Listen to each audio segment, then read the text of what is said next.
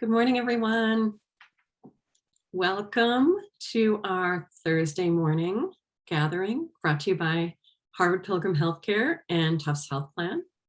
This is a place where we invite experienced mindfulness instructors to speak with us about what mindfulness means to them and to discuss as a community how we can incorporate these practices into our daily lives. I'm Suzanne Rowe Palacino, and I am delighted to be back here with Tara Healey, founder and director of Harvard Pilgrim's Mindfulness Program. Good morning, Tara. Good morning, Suzanne, and hello, everyone. Great to be with you this morning. Nice to see everyone this morning. So I am wearing my Boo shirt just because we are approaching Halloween. So I decided I would wear the shirt that I've worn for the last 10 years on Halloween. So happy Halloween to those that celebrate.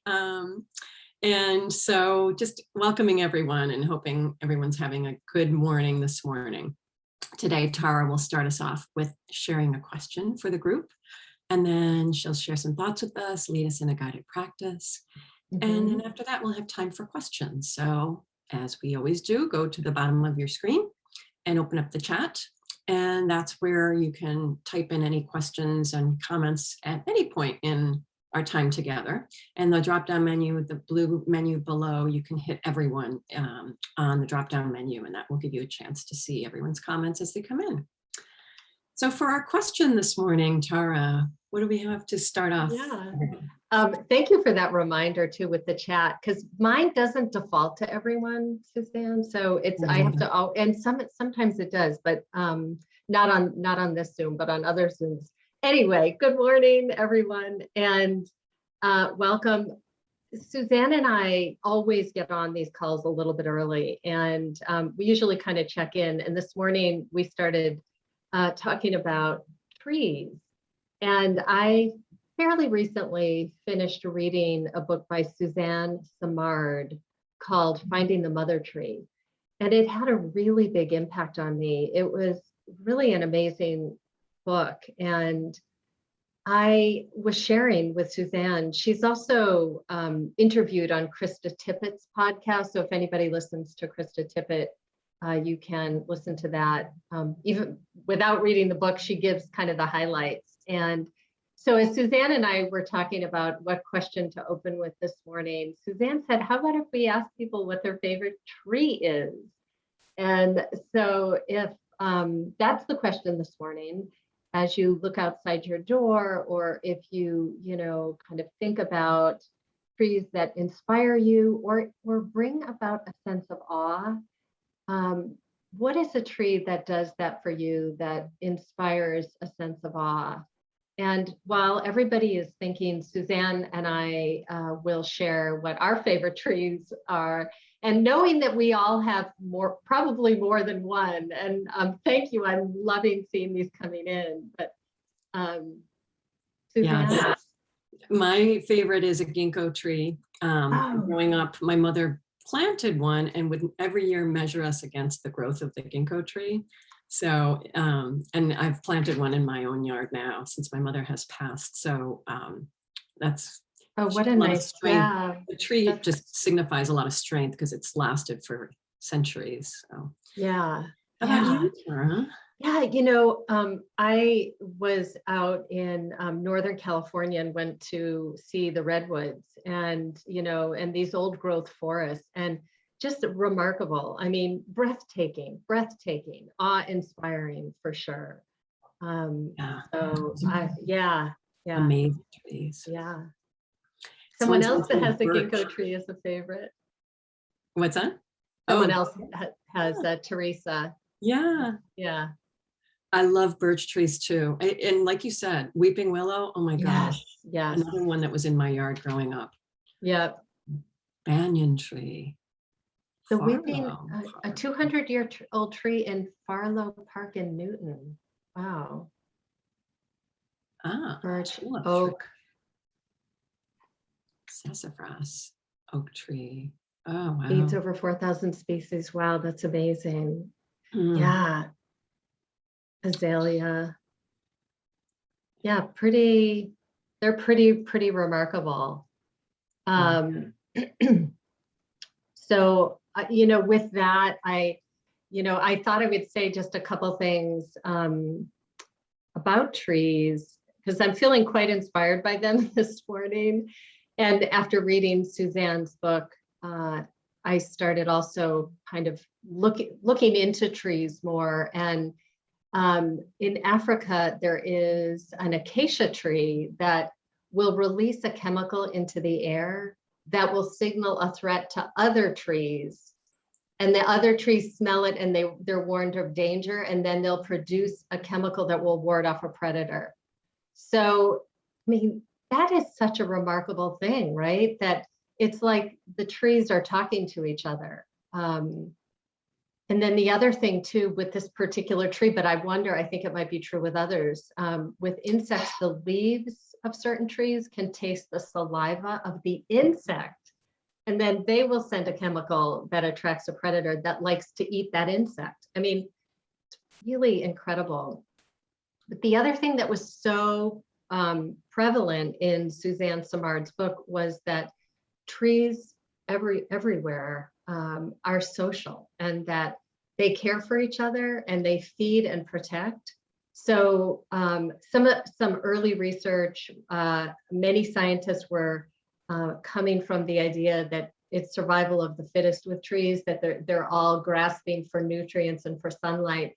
But what Suzanne Simard's research points to is that that's actually not the case, that there is a very natural sense of taking care of those who surround us, those who are around us. So when trees in the forest, if there's a tree that's not healthy, then these mother trees and other trees will actually start to funnel nutrients, funneling what that tree might need.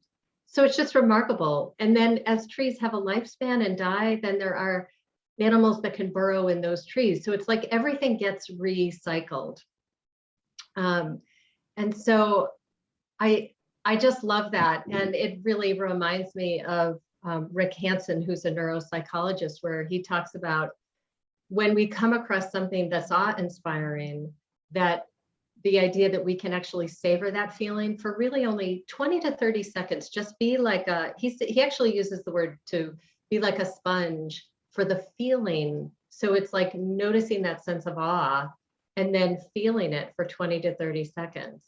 And if we do this throughout the day, we're basically weaving new resources into the fabric of our brains. Because, and Richard Davidson, he is a neuroscientist, will say, and I sort of love the way he frames this, that wittingly or unwittingly, we're always shaping our brains. We're shaping our attention in some way. And I think what mindfulness practice on a regular basis does is helps us see where our attention is and redirect it. So it's not like toxic positivity, which is, a whole other thing, but it's noticing the small things throughout the day. And that could be as simple as you just finished a chapter in a book, or you saw a rainbow, or you had a nice conversation with another person, and just the feeling that leaves you with. So things like patience and generosity and kindness, and taking in the good acts of others is another way. And so anyway, I would encourage folks to, throughout the day today, as we're kind of closing out Mental Health Awareness Month, which is the month of October, I thought I wanted to just say a little bit about this idea of, taking in the good and really savoring the awe and the beauty that's around us. And as you're outside today, because I don't think it's going to rain, but even if it did, looking out the window, just take note of what's in your proximity, your own yard. And there's so much happening under the earth that is nurturing and savoring, the ability for us to savor those experiences. So with that, I would invite everybody to just assume a posture that feels like it's going to serve you best this morning, and to know that if you're sleepy or tired, that you can stand, that standing meditation is really a great practice. And it's also can be done anywhere. So if you're waiting online somewhere, you can take a moment to practice wherever you are. So whatever posture feels best this morning, go ahead and situate yourself for that kind of stability with a spine that is straight but not stiff, a way of feeling engaged in the body. And as a way to begin, just take 2 deep breaths on your own, deep inhalation through the nose, but double the length of the exhalation.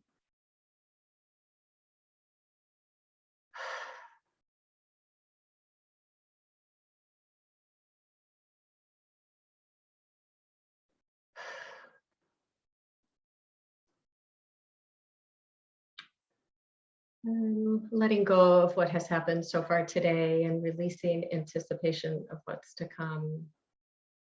Surrendering your weight into the surface and feeling the support of the earth beneath you, that you can drop your weight into the floor or the chair and that we're all being supported by the earth below. And bring attention to the entire body. So just noticing from your activity of the day, what's the sense experience like? So what are you feeling? Pulsing perhaps, or a vibration or the beat of the heart. Bring in hearing. What are you hearing? Sound in your environment or outside, without labeling what's making it, but just open the sense of hearing.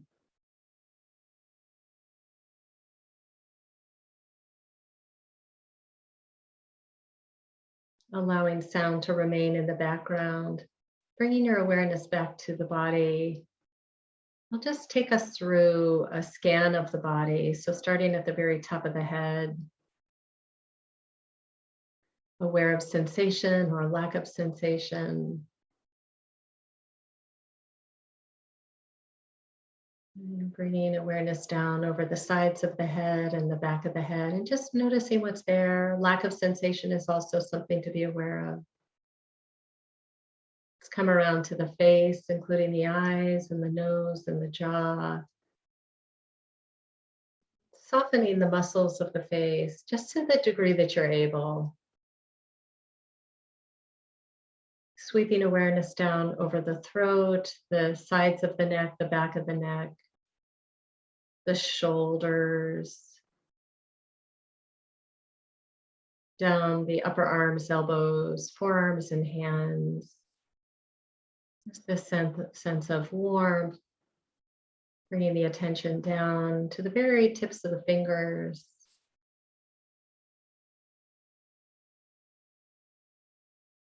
Coming now to the torso, so the front of the body and the back of the body, perhaps aware of if you're sitting, the points of contact.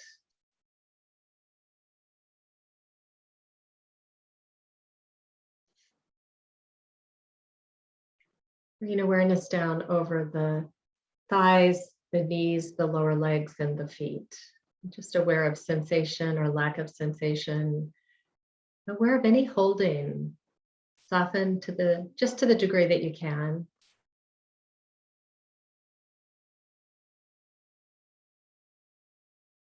And releasing that.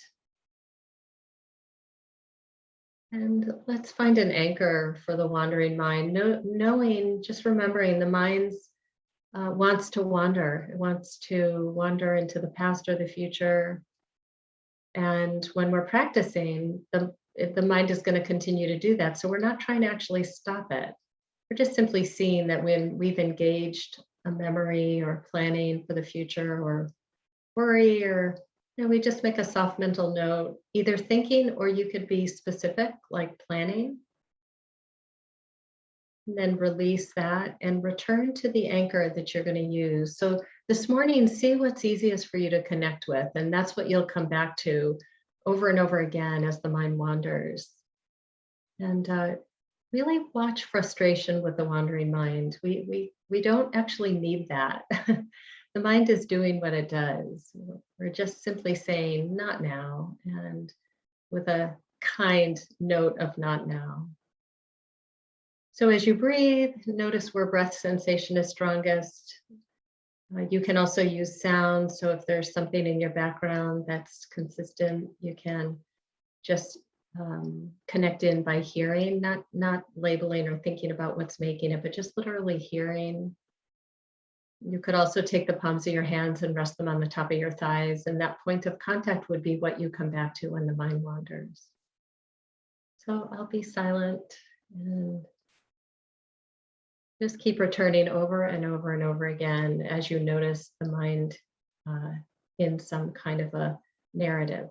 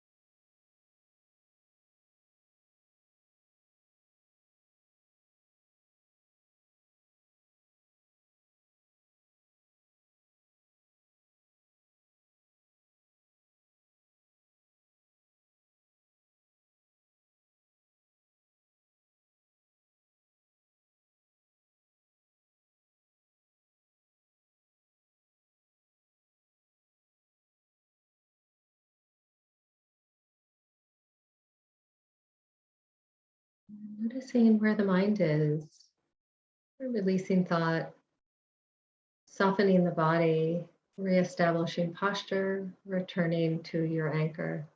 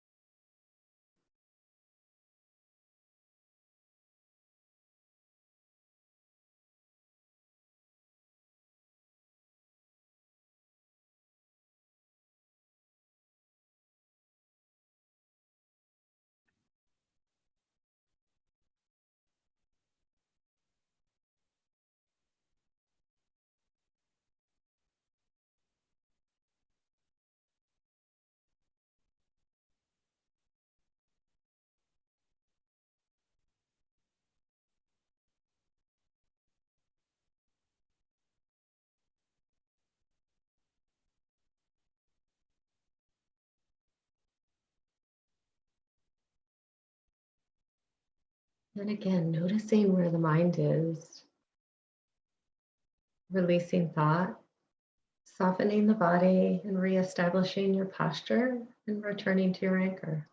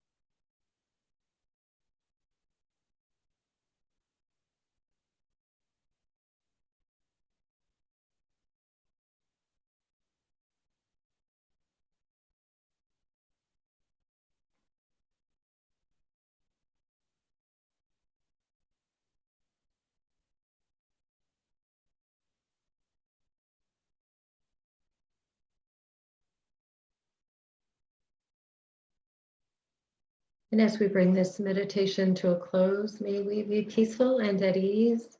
May our heart be soft and open. May we be safe and protected, and our body healthy and strong.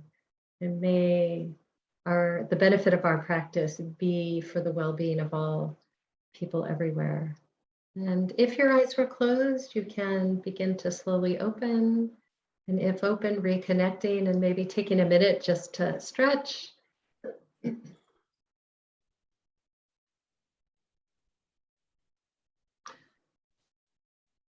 was wonderful, Tara. Thank you so much.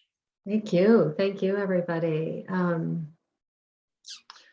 So I'm seeing there's a question, who is the neuroscientist Richie Davidson? Thank you to the response.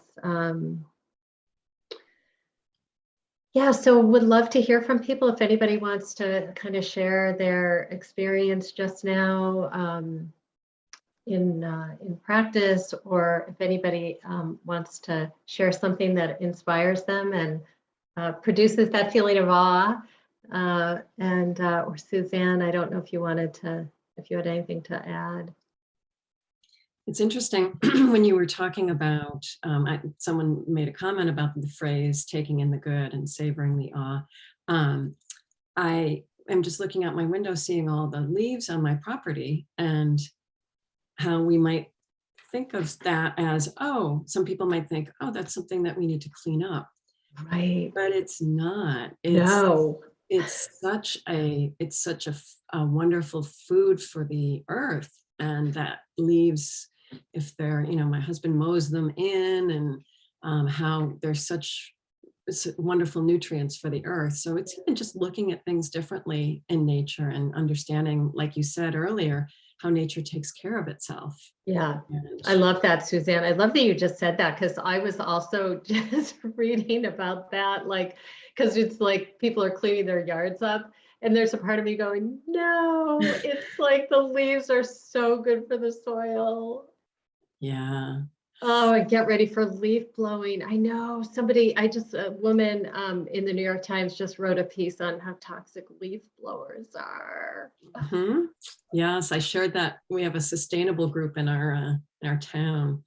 And another interesting thing that someone shared for me in California, I think Malibu, California, or one of those areas, the town actually came together and figured out a way, if people were going to do leaf blowing, maybe just do it once a week, so that the rest of the week is quiet for folks.